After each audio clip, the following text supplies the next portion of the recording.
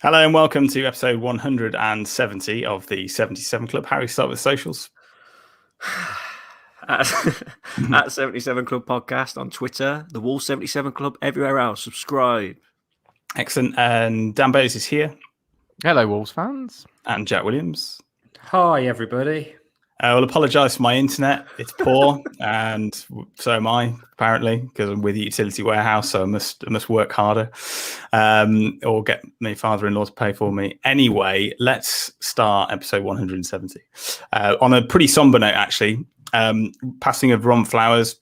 There will be, before the West Ham game, a tribute, so like an act of remembrance, which supporters are invited to attend. It is between 12 and 2 on Saturday in the build-up to the game at Molineux. So it's at St. Peter's Church in Wolverhampton. Will open its doors, allowing supporters to pay their respects by lighting candles and taking a moment to reflect. So, I mean, pretty much well before our time and probably before time of a lot of people. But Harry, I think he's held in quite high regard. Obviously got his World Cup winners medal eventually.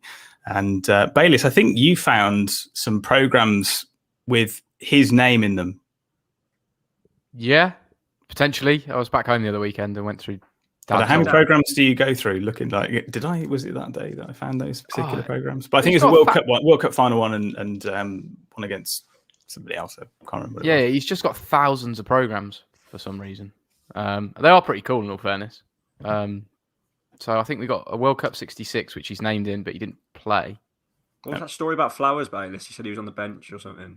He could have been the bench. Apparently Jack Charlton wasn't fit, and then eventually was. Yeah, he was ill, and then last minute was, and it would have been Ron Flowers instead. Rest in peace. No, excellent. So do go along if you want to go to that. But let's turn our attentions to the football. Seems like a million years ago, Harry. Probably seems even longer for you because it was your 30th birthday as well. So I imagine you might have had a couple of drinks on there. The speech was hilarious, so well done on that. I couldn't make it, going to see the Only Fools and Horses musical in London. So you sat in the hotel room with a bath in the middle of the room, weirdly, just enjoying the first half was all right. But I mean, it was one of those where, I've been saying it for a couple of weeks. I don't know if anyone's going to get on the bandwagon yet. Tactically, Vieira did Bruno, in my opinion. Yeah, it was so strange because exactly the same team as our starting 11 was the same that we started against Everton, where we went flying out the blocks and attacked and was on the front foot. But we decided, whether it was the tactics or whether because Palace were pressing us so well, we decided to sit back, didn't we, and just try and contain them throughout the whole game. Near enough, we hardly had a sniff. I mean, I come out of the game just really praising Palace, to be honest. I think they got it spot on. They worked hard. And I think the fact they drew 6 games just kind of like made me underestimate them a bit. Like I've only seen them a couple of times, and because they drew loads, I thought we had a chance, but they were by far the better team and they deserved to win. They scored us a bit, in my opinion. Bayliss, for you, it would probably have been one of the closest games to get to, potentially, but obviously, we're going to say Harry's birthday party and stuff. What was it like from your angle? Before you say that, actually, have you managed to get 2 tickets for Norwich? Have you managed to get 2 tickets for Norwich City away? They arrived today. Excellent. Right. Okay. Now, for people who listened to the last episode, if Bayliss could find 2 tickets to Norwich away, he was never allowed to mention Nelson Semedo ever again. So, I mean, the listenership is going to obviously go through the roof from now on. So, from your point of view, looking at the 10 players that you're allowed to pick from here, who were the problem? I thought that Wolves set up to do a normal Wolves job. Stay tight for the first 45 minutes and then try and have a go in the second half and pinch one about 70, 75 minutes like we normally do. And then we just didn't try anything in the second half. It was weird. We just created absolutely nothing. So, a lot of them, to be perfectly honest, it just wasn't a good enough performance all round. I don't think you can't give a man of the match, and you certainly can't pick anyone out for being that bad because you just didn't do anything. Right? Well, you definitely can't because you're banned. We just went out. It was a bit of a new knowing, to be honest. We went out to win a game 0-0 and lost 2-0. Yeah. So, I mean, Jack, have you ever tried to win a game 0-0? No, but then I'm about as good as San Marino at football. So Yeah, I kind of agree with Dan, really. I'm loving the fact that for their first goal, the Zaha one, which was eventually called onside, that Semedo tries to clear it and just hits it Oh straight. no, I was going to mention that. Bad clearance. We're slagging him off for you this week, Bayliss. We're slagging him off for you. What's Just going like the on? irony. he swung his leg at it, didn't he? But I agree, we're just like out of ideas. And I think Palace, fair play to them, they were better than us in every department. And I wasn't really expecting it. But then, like Harry, maybe I was underestimating them a little bit. But it just didn't seem the sort of game. The front three did nothing. It kind of seemed like a Traore game, not a Trincao game. And what did we actually create? Nothing really, apart from we had a penalty given, which wasn't a penalty and rightly got turned around. And apart from that, it was just they were much better than us. And, you know, the players that they had on the pitch, Zaha causes problems. Gallagher was obviously brilliant, that young lad. And it was just got to about, 55, 60 minutes. And you're thinking they've had a couple of chances here. We need to be careful. It looks like we're playing for 0-0. And then they scored. And it was like game over in my eyes. We just didn't look like scoring. So no complaints, but it's just a weird one. I hope it's kind of like the Brentford, like a freak result rather than a sign of things to come, because that'd be disappointing, because expectation after the Everton game was really sky high because you couldn't really fault anybody. But maybe it's the tactics, Sam. Maybe you're right.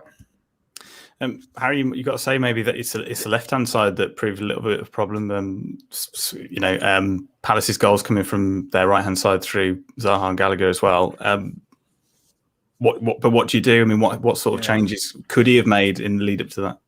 I don't know, but talking of changes though, one thing that has just sprung to mind, because obviously it was 2 weeks ago now, wasn't it? So he was the subs man. He brought Traore on right wing back and like brought Podence on for one of the front three. I forget now, but he should have brought Traore on for Hwang.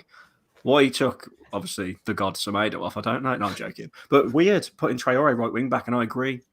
I think Traore should have started. Although in saying that, I remember thinking the pitch was tiny. And obviously, Palace pressed us like mad. So I don't know if there'd have been that much space in behind for Traore to run into. I don't know. Maybe that's what Bruno was thinking. But Trincao did absolutely nothing. But nor did Hwang. Raul was on his own all game. Just tactically wrong. I say we should have just gone at them and been positive. But I think because of the way Palace come at us and set up, I don't think they allowed it. And we also contained at the same time. So just a really bad day at the office. But I think Palace are a much better team than the table shows, to be honest. I was really impressed by them. That's all I kept thinking was, fair play, Palace. Like, you've just done us here, and they were good to watch. Bayliss, Somerset Wolf in the comments says, do you think when Neves is not on the ball, we don't play well? We just didn't play well in general, did we? I don't think Neves is one to point out from that game. It was just crap. It was Harry's right, they pressed us, and we've had that happen to us before. Brentford pressed us. And if we're going to be in trouble every time a team just comes and steps up and presses the ball against us, it's going to be a long season.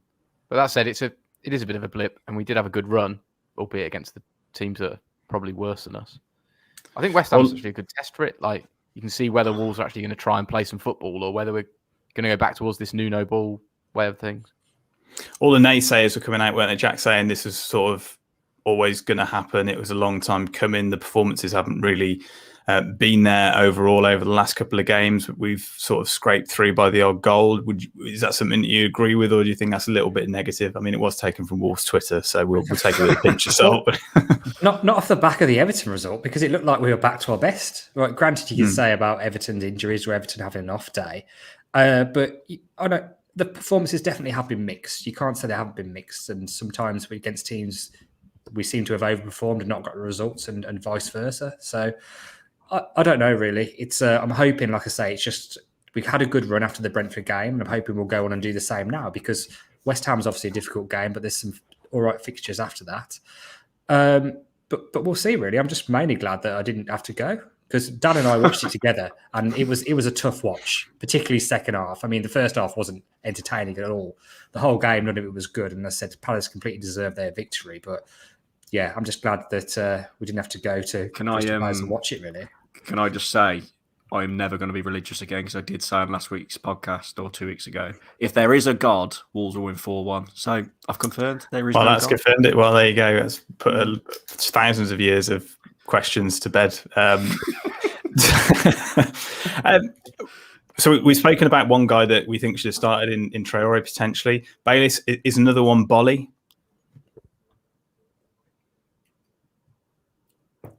No, Are you dancing? Are you having a little dance? I'm just working out in my head.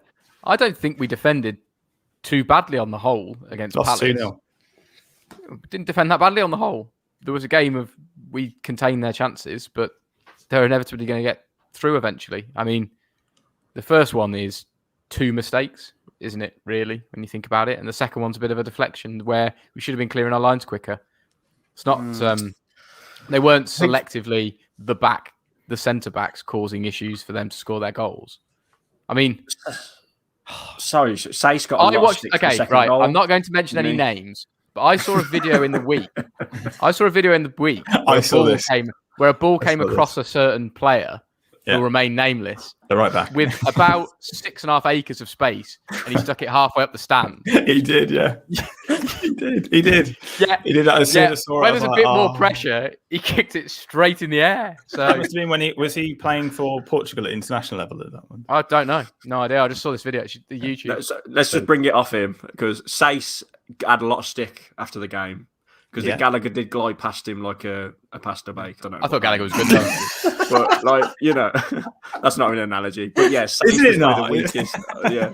But then it took a massive deflection off Cody as well, didn't it? So that's why the Bolly question was brought up, wasn't it? People are like, look, Sace has done okay this season. He's been good at games. He's been poor in games. We know what he's like. He's got a mistake in him. Bring the big man Bolly back in. It's just the natural solution. I'm sorry, but I love that. You've used the phrase glide past. We've played Palace. You could have said eagle. It would have been perfect.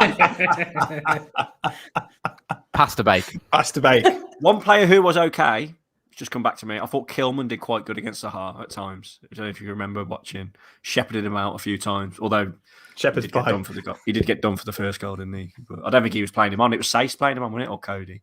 Zaha. He's a proper shit out. He's a proper shit house, Zaha, isn't he? Yeah, he is. Oh yeah. How does that sort of set up the next game? And we're obviously going to talk about West Ham after we talk about England. But are there cracks starting to appear, do you reckon, Jack? Do you think these little...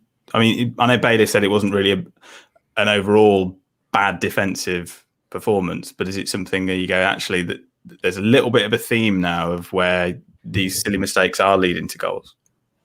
No, I don't think it's that bad. I don't think there's any need to panic, really. Like I said last time, after we had a bad result, we responded well.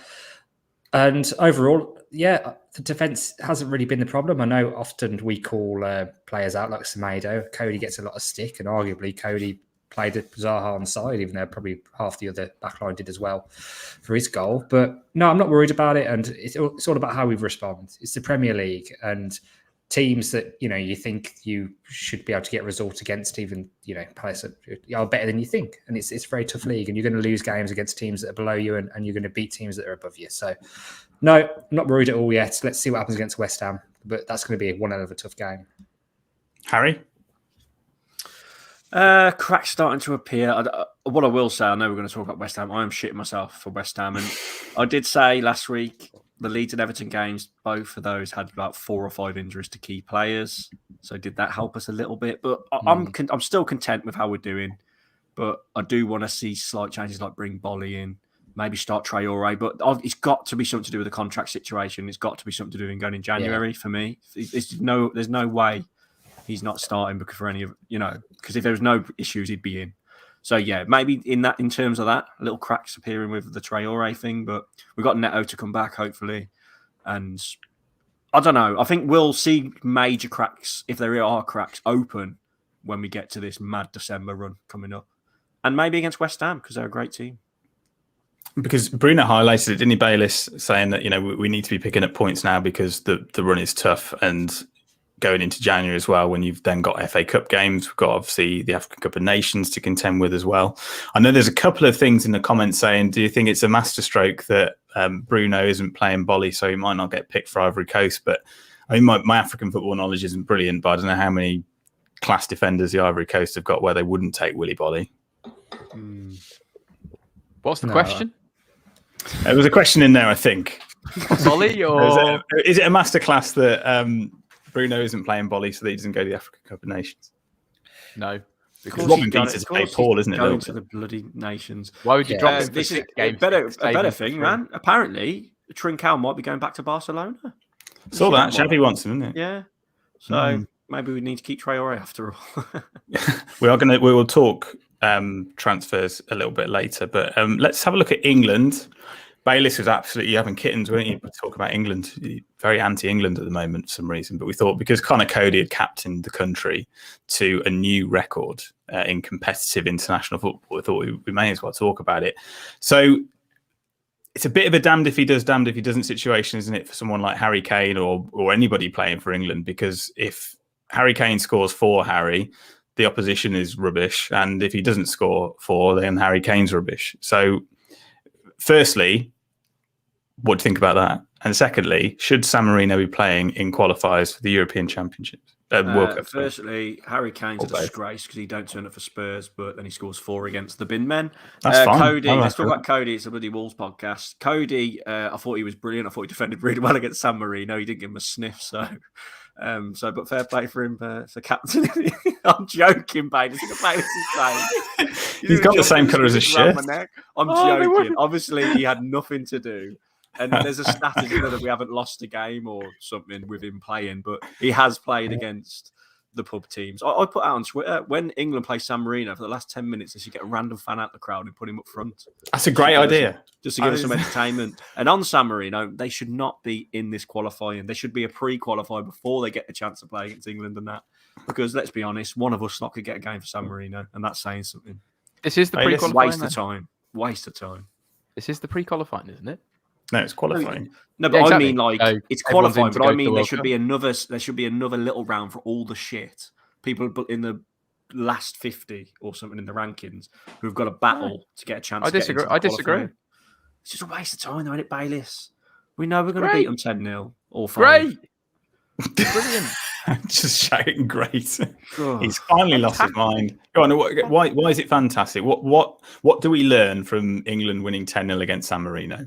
We've all spent many minutes on this podcast talking about how it's deplorable that the better team should get to go off on their own and do their own thing. That doesn't mean that Kidderminster Harriers should play Real Madrid every week. Yeah, exactly. But they get their go in the FA Cup.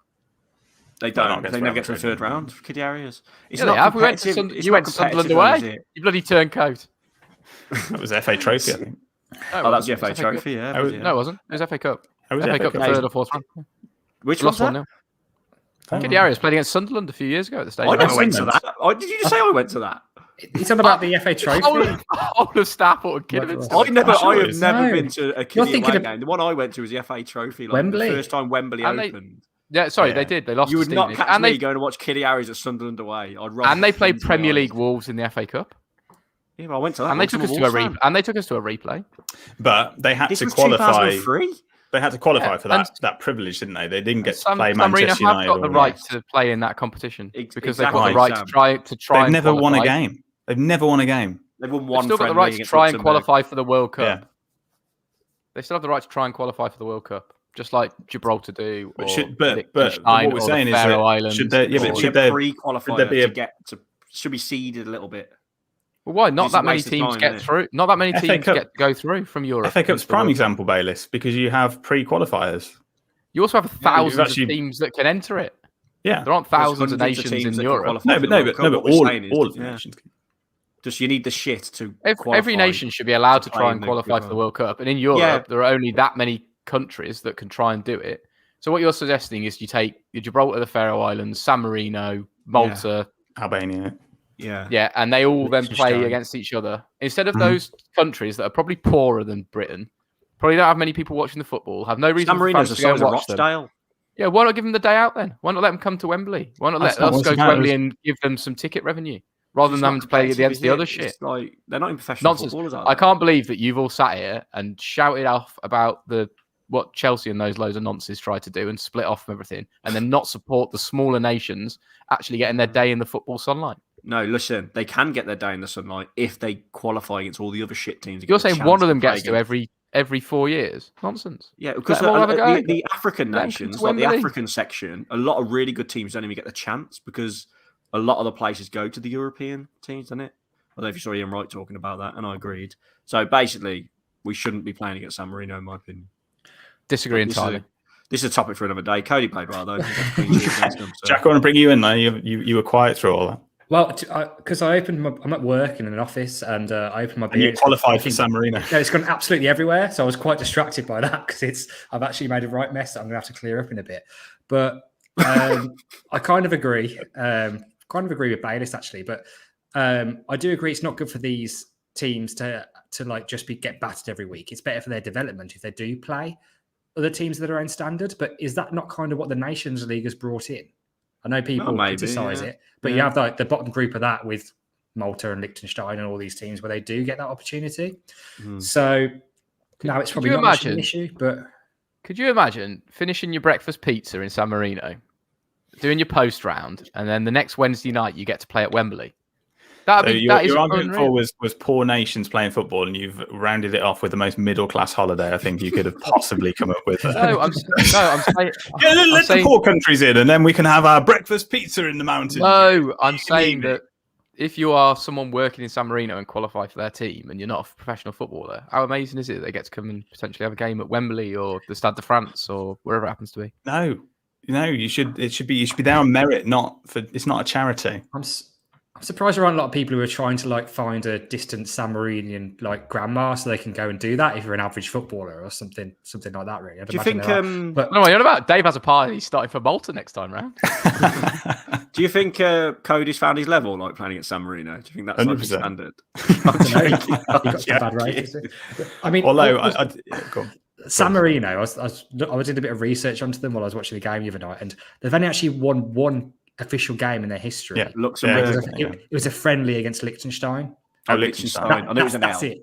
That's it. And that's what I mean. That's what I mean. Like all that money and all those revenue tickets from Wembley and all of this gets you one friendly win against Liechtenstein in the history of your country competing. How many people are in San Marino? Like 40,000. So like 1,000. There's about 30,000. But you know that's a tough watch. That's like. You're a good away fan if you go to all the San Marino games, aren't you? But Arsenal fans, they finish mid-table and think it's the end of the world. But if you've only won one game in your whole, how many years have you been playing? Since the 90s, I think they said. So basically 30 years. When San Marino score a goal, they celebrate Harry, they celebrate like that when they get a corner. Yeah, so did you see they had a shot against England, though, didn't they? Ramsdale, that's the same. I thought they were going to get a penalty at one point. I thought there was one moment where I thought they might get a penalty. Anyway, the Wolves 77 Club podcast is in England. Come on. Excellent. Right, okay. Well, look, let's move on to West Ham. And I just don't know. I think it'd be nice to be going to the football again. It's nice it's a Saturday 3:00 because we don't get those very often, do we? At home. So that's good. Jack, you're going to a home game, which is unbelievable. I know, it's my first home game in 23 years. That's it, yeah. But you've been to more home games than San Marino have won international. Oh, definitely, yeah. I mean, Jack, where do we start with West Ham? They are on fire at the moment. I thought that their fans would be back to being toxic and ruin it again, but it seems that everybody's getting on. All of a sudden, the London Stadium isn't a problem like it was before. The owners are absolute gold, and Sullivan. It's all going well in West Ham, isn't it?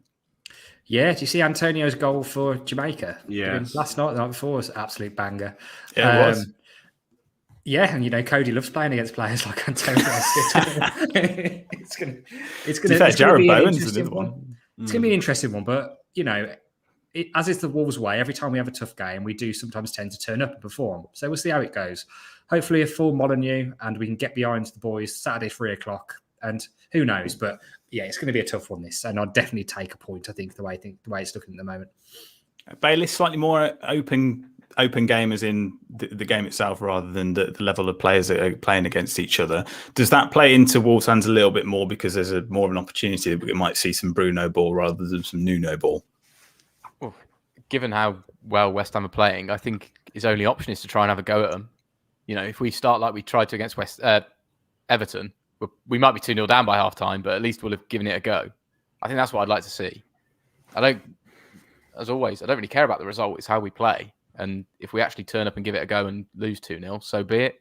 But it'd be nothing worse than sitting back, Wolves having one shot on target, and it's 1-0 loss or 2-0 still or 2, just give us something to cheer about. Give us something to have a go at. Don't just make it boring, because they inevitably will win. They're too good a team at the moment. They've got too much confidence. They will come at us. Bayliss, remember when you said you'd rather have Uncle Ben than Declan Rice? Did I? That's quite funny, actually. That. Do you stand by that? It's another classic Bayliss line. Absolutely. Get the line away and then double down on it for the next 18 years. Well, I'd forgot about that because that is Shakespearean. That is absolutely exceptional. Shakespearean. Harry, is this a free hit?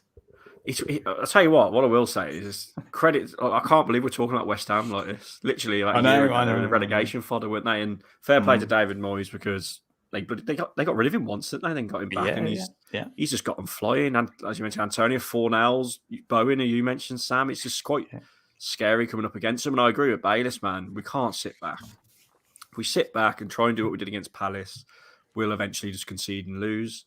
We've got to go for it. We're at home. Molineux's a much bigger pitch than Palace. Let's go at them. Let's try and play like we did the first 3 games. Be adventurous, but hopefully we can put the ball in the net and give them a go. Because, like Jack said, man, there's something weird about Wolves. When we're underdogs and we're up against it, Molineux can be really good because we're favourites quite a lot at home. And I feel like the atmosphere since we've come back from COVID has been pretty poor because we're expected to win a lot. And the South Bank don't hardly turn up anymore. The North Bank never have, obviously, where we sit. But yeah, so hopefully the atmosphere is absolutely rocking. 3:00, everyone's off their head, drunk, and we can take it at them and get a surprise win because it will be a big shock if we win this game, definitely. I thought you said you were driving up, Harry. You can't be off your head drunk. Man. Driving. I'll be just like drunk on the high of the emotion. But your team needs you. Your team needs. I might remember this game. Your team needs you shouting Jenny after the 45 minutes. Get me top off of Chris. Yeah, get me top off of Chris. Yeah, I think it's only the right thing to do in such a tough game when we need to bounce back. Get hammered. If you don't drink, it's not going to be the same. Yeah. We might have the away perspective in a minute. So if we drag, I know. Yeah, we're trying to drag it out a bit. Starting 11, Jack, and bench. And bench and reserves. Yeah. I don't think much is going to change again, really. I'd like to see Traore start. To be honest, I'd like to see Traore. Yeah, why not? If you're going to go for it.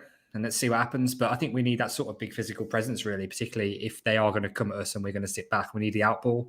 And the best outball you've got in the league, ideally, is someone who can actually run and hold the ball the way Traore can, even though his passing and his finishing isn't the best. So I'd like to see that. And then I don't know, I suppose the only other question really is Bolly and Dendoncker. Is Marcel back? Anything on Marcel? I don't know, but yeah. Would you play him over Aït-Nouri? Yeah. Well, I don't know. Aït-Nouri's a bit weak for Palace's second goal, wasn't he? But that's what he is, isn't he? He's not going to be the big physical player, but he offers that more attacking threat. It depends entirely on how Bruno wants to play it. And hopefully he's had a bit of time to study and he'll get it right. But the transformation that West Ham have had, I know people are saying in the comments, but you think how poor they were the first 2 seasons we came up. And we did a video just after the first away game in lockdown when they beat us 4-0. And we were like, we lost 4-0 to these relegation fodder? Yeah. And we were very, very wrong, weren't we? And, yeah. Not the first time. I don't know. Like, we'll see how it goes. But if we perform well, I'll be happy. But it's going to be a very difficult afternoon. But, why not? If we actually go for it and he gets the tactics spot on, we could get something. Marcel's available. Steve Dickens, reckons he's available. Bayliss, any changes? Oh, I don't know. I wouldn't mind seeing I want Neves Moutinho, potentially a Neves Dendoncker, and let Neves play slightly higher. And I agree about Traore. I'd give Traore a run. Traore, Hwang, and Jimenez, and just go at him. Sit on the back. I'll probably try and bring Potence on about 60 minutes, which means Bruno will bring him on about 85 minutes. He won't bring him on 60 minutes, will he? Yeah, he's got like a subophobia where he waits till the 80th minute, isn't it? That's so annoying. Balls but Silva's available. Fabio Silva. Good. Yeah, he's always available. Harry, any changes? Yeah, the obvious one is Traore, Trincao stinker. And look, I love Hwang, especially for the YouTube views, but he was quiet as well. And he's a bit hot and cold. He does bag the goals, though, so... Will Podence be knocking on Bruno's door wanting to start? Someone else also suggested a long time ago in the comments that he thinks we should have played Dendoncker, Moutinho and Neves against Palace to pack out the midfield a bit. Will we try that? Or 2 up top? No, like 2 up top. Like 2 up top and then like the 5 across the field. Bit negative. Yeah, but like Are we afraid West Ham are going to pack out the midfield and completely dominate us? I don't think we will, but someone suggested it. But then we've always said, if you do that, who do you bring on in midfield in place of one of them three if it ain't working? Because we've got no one on the bench really to bring on. The way to beat good teams is to quickly get the ball as wide as possible, as quick as possible, and To run down Semedo and to run down the wings at them. Yeah, let's see if that happens. Yeah, well, Oh no, it's gone out wide. Oh, right. Okay. Let's before we bring in the away perspective, I think is imminent. He's running. He's actually running behind. He's running behind. So Okay. let's We'll do it separately. Let's have a look at your latest betting odds and ticket news. That's a good point in the comment section. Silver missed a penalty for the under 21s last night. He was bloody awful. Bloody hell, Pedro is the GOAT, reckons West Ham will beat us 5-2. I haven't got those odds. Oh, do you think we'll score two? A couple of the boosted odds are up at the moment. It's on the old Sky betters. Jimenez and Antonio both score 12-1. That's not a bad bet. That isn't bad at all. I quite like that. Jimenez to score first and Wolves to win 2-1 or draw 2-all 33-1. Like that. What I quite liked is Hwang Hee-Chan first, 2-1 Wolves 35-1. That seems quite short, doesn't it? Yeah, and there's some really good value here because Antonio to score first and West Ham to win 3-1 is 100-1.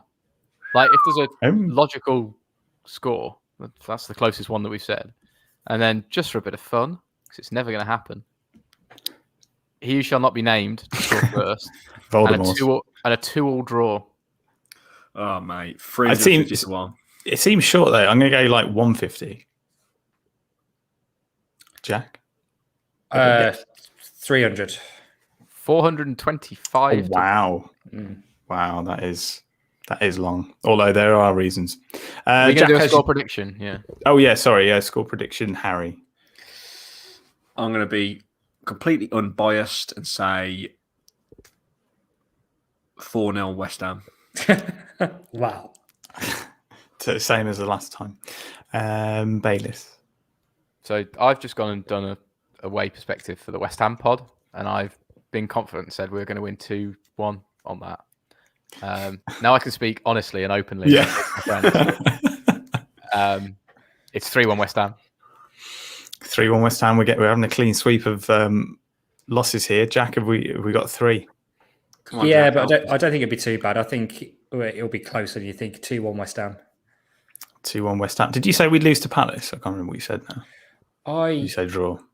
0-0, I think you say. Yeah, never that far away. I'm obviously going to go for a 2-1 win. Next up, let's talk about transfers. Ticket news. And ticket news. Sorry. Oh, yeah, do that, yeah. I cut you off. Got it all lined up. Sorry, I cut you off. Sorry. You're killing my thunder. Sorry. So, ticket fans, if you're looking at the home games coming up, there's a couple of singles left for West Ham on Saturday. Now, Burnley, interesting one because it is a Wednesday night, 1st of December. Fuck. Yeah, I know. I think it? it's an Amazon Prime special 7:30 kickoff. But I think the away fans for that are in the quadrant. So there's actually more ticket availability. Woo! So if you want to go and sit in the Harry's available. It's a night game, so you won't get the sun in your eyes. But so you might get more of a chance of that. It's on sale to members at the moment, but probably going to get to general sale, which goes on sale on the 24th of November. If you want to get a ticket for the Liverpool game on the 4th of December, good luck. Sold out instantly. No chance at any of that. Mate, I got a ticket. Listen, sorry to put in, Jack. Liverpool. Right. Remember the ticket we did the Korean video with Son and Young? No, it wasn't Son. Young and Kate, sorry.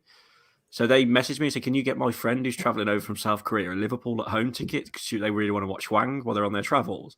I was like, honestly, probably not, but I'll try. So I used my dad's members ticket. And I think there's about 20 tickets left. And we got one in the Billy Right Upper. Like, it was mad. Yeah, like, I don't know how I managed it. Just yeah, they're going to... You're sitting on each other's lap, are they? No. My dad can't go, obviously, but I used No, but like, is there two of them? Or is it no. So the couple, it's their friend. Listen, Jack. Lad. Sorry, I'm too busy in the ticket detail. If Hwang scores, their friend will jump off the top of the Billy Right and run on the pitch. He said he didn't say that. Has Norwich now sold out, Jack? Norwich has sold out, Dan. You had the last two. Good. Well done. There you go. So Excellent. the other away games, there's away games, Sam. Hold on. Oh, yeah. What everybody Sorry, wants I was to going to say, and the away games. So weirdly, they put the Brighton game, the away game at Brighton, on sale before the Man City game, even though the Brighton game is after. But anyway, I got my ticket for the Brighton away game this morning. So that's currently on sale on the points, starting with 1,090. That is a Wednesday 15th of December at 7:30 kickoff in Brighton. So that's like just over a week before Christmas in Brighton. I reckon there'll be a few tickets flying around for that spare on Twitter and everything. Especially as it takes an hour and a half to get on the train after the game. It's a pain to get away from. It's a pain to get to. It's just before Christmas. That's got the makings of a game that anyone can go to if they've got a Twitter account, I think. So that'll be a tough sell. The opposite of that is Man City away, which is a Saturday, the 11th of December, 12:30 kickoff, early kickoff, I know. That is currently on sale, on sale as of Friday to the gold away season tickets, Monday to the silver away season tickets, and then on the points as of next Wednesday. I've already booked my train for that. Can't wait. Be good. That'd be good. That's it. That's your ticket news. Excellent. Lovely stuff. Let's have a look at transfers. We always thought that we will do Asda at the end. We were always thinking that the potential for the January transfer window to be absolutely mental just because of the Newcastle situation and so many changes in management at various clubs that they might want to bring in some of their own players and stuff. And like the FFP stats, I think, were released last week, and I think Wolves have something like, I think they can spend something like let's look, £70 million without sort of being in any trouble with FFP. So there's a little bit of wiggle room there.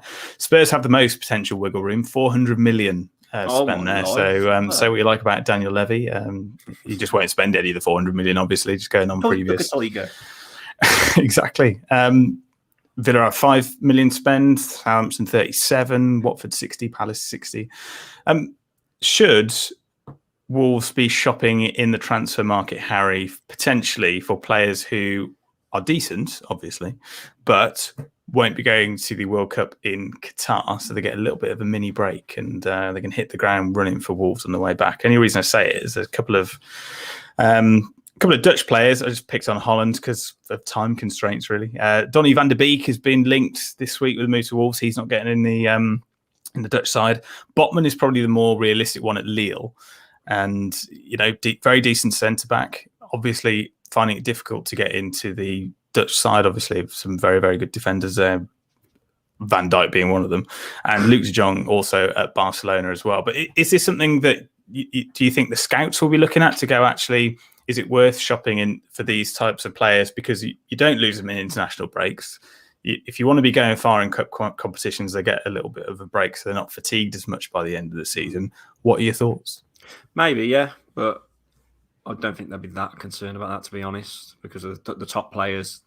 I know you've mentioned a few that won't be going, but they probably will be. But Botman, mate, I think we will go in for him. He's already said, which we've mentioned before, he would have loved to have come to Wolves. He's a good player. Sanchez will be another one. I know we've got 70-odd million to spend, but it will be this loan to buy classic. We always do, and the way they do it, it's always loan, then we buy him. So, yeah, I think we've got to get 2 players in, I think, haven't we? Especially with Saïs and Bolly going.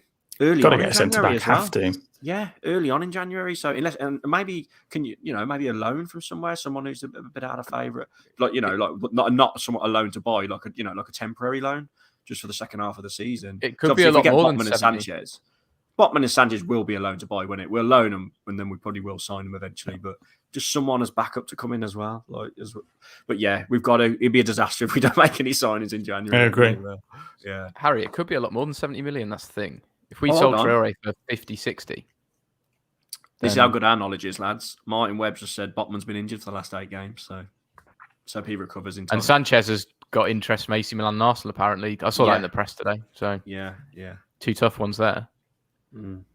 It's pretty obvious, done, wasn't it? That was near enough over the line, the Sanchez one, and then because they did a medical over Zoom, it fell through. I can't believe that. He came back quite quickly. I thought it was going to be out until about now, but he's been playing for weeks. Mm-hmm. So that's just. I think it shows how, should I say, careful or tight She and Wolves are with transfers now, and it could be interpreted either way, really. But yeah, we are thin on the ground, and now that players or other clubs know that we've got in for these players, there's going to be interest in there because it just snowballs. Newcastle probably sign them all. Have they won a game yet, Newcastle? No. Still not won a game. No. But they're good. Do you know how much they got to spend, lads? What was it? The figure? It was massive, wasn't it? 400 million, was it? Great. That'll buy you a lot in the championship. Good luck. It's a lot of Ross McCormack's. Did you say Villa have only got 5 million to spend? Gerrard's they've been spending, though, haven't they? They've been spending. Villa. Griezmann didn't last long, did it? Well, they bought like Buendia, Ings, Dion Sanderson. Bailey. Steve says, get him back. Dion Sanderson. I didn't mind him, but he's not Premier League. He was good in League One for Sunderland, wasn't he? Yeah. Jack, what do you think about transfers? Do you think they'll actually use any of that 70 million, or do you think, like Harry says, it's going to be one signing, which is going to be a like for like? I mean, Ivory Coast could get knocked out early in the tournament; it might be back early, and it won't be a problem. But I suppose that's best case scenario. I think whatever happens, it will be a problem because they go on like the middle of December, and our fixture list for the next 15 days after that is just ridiculous. So they're going to miss a massive amount of Premier League games and leave us really thin. And I've said before, it's a massive. It's bordering on like gross negligence in my eyes. It's ridiculous that we're even in this position as a Premier League football club. Will they spend money in January? We know that they don't historically, really. Well, for the last few years, and obviously it's tough in January. And also the really worrying thing is if we've got 26 points and we're pretty much safe, is there any need to spend money in their eyes, or is it just okay? We'll try again next year and we'll see how it goes because we're going to stay up. So Martin Webb makes a point which is actually wrong. Stick it up. Yeah, and Martin Webb has obviously never seen renovation shows with that. I think there's one called Grand Designs might be of interest here because they usually do a lot worse than that. No point in trying to sign players injured, lads. You wouldn't buy a house with half the bricks missing, would you? You would if you wanted to make money. You would if you wanted to make money from it, and I think that's what the Wolves owners want to do. I think so, and I think the point that Jack made was that he's been playing games, and that's the whole point, wasn't it? So he couldn't have been that injured. Was the point. Or Uncle George is going to walk in and just convince the Chinese owners of this fantastic wonder kid that's coming through, and we'll spend 40 million on Fabio Solver 2. Solver. Yeah. That's his name. Harry, Asda, go on, you're dying to talk about it. No, I'm not. What? You put it on the running list? What happened? I don't know. No, what did someone? Mr. Miami. Mr. Miami's in trouble again, isn't he? I like how you all go to me for this. You've all seen the video, haven't you? You're social media. You're the Twitter whore. I used to be. I've been binned off from social media duties. Yeah. So Mr. Miami, obviously he's Marmite. We've all spoke about it. People hate him because he gets tickets for free. You know that's right and all that. He went viral, didn't he, for filming a lot of Wolverhampton residents scampering for the reduced section in Asda. People weren't happy. People were saying he's basically taking the piss out of the homeless, taking the piss out of people who are struggling for food.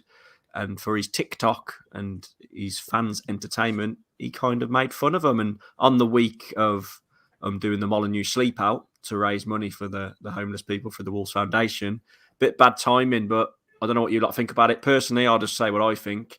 I genuinely don't think Mr. Miami got his phone out and filmed it and thought, I want to take the piss out of potentially homeless people here. Ha, ha, ha. I just think he thought it was funny what was going on. Chicken drumsticks flying everywhere. And he knew it would be good content. And I honestly don't think he did it maliciously. I see why people are saying that. But I also think a lot of people on Twitter and Wolves fans on Twitter were using it to go back at him because they don't like him, because he's not from round here. And they want to keep everything in-house and they don't want us having influencers that are newcomers. That's just my opinion. It was a very easy thing for him to get done for there. And I think it was slightly under-considered by him. It shows his lack of knowledge of the area. I think Wolverhampton's got the highest rate of homelessness per capita in the country. So maybe picking something that's price and food-based, especially in the current climate, isn't really the best. Did you see the video, Bayless? I haven't seen the direct video, but I've seen one. I know what it is. I've been told about what it is. I haven't seen it. It was fun. Like if you take out the fact that we don't know if the people are genuinely struggling or they just wanted a bargain. It was quite funny, the video, because they're all scampering and like drumsticks are flying over there. A woman slapped another woman with a pizza to try and get their head of it. Who doesn't enjoy the reduced section? So I think nice. The point Seb made on WhatsApp is if it wasn't Mr. Miami filming it and it was just some randomer, people would be laughing. but because people have found this angle of is he taking the piss out of homelessness, they just want to use that to really dig into Mr. Miami. So Wolves sack him, basically.